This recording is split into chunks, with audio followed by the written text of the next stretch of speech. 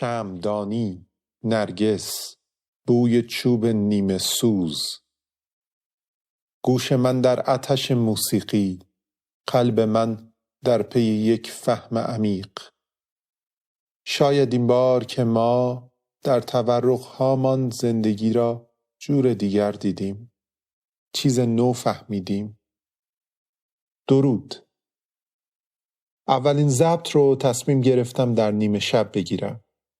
نیمه شب 21 اسفند ماه 1402.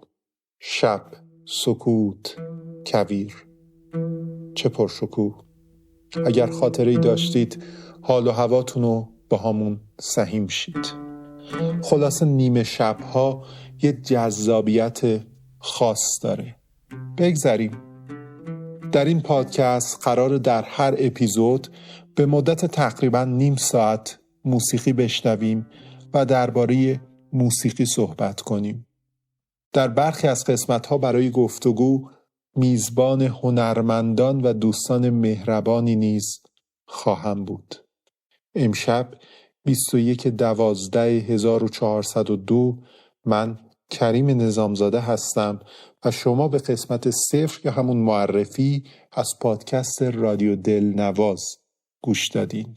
منتظر قسمت 1 از فصل اول باشید. خیلی زود میاییم. راستی موسیقی خوب بشنوید و مراقب حال دلتون باشید. بدرود.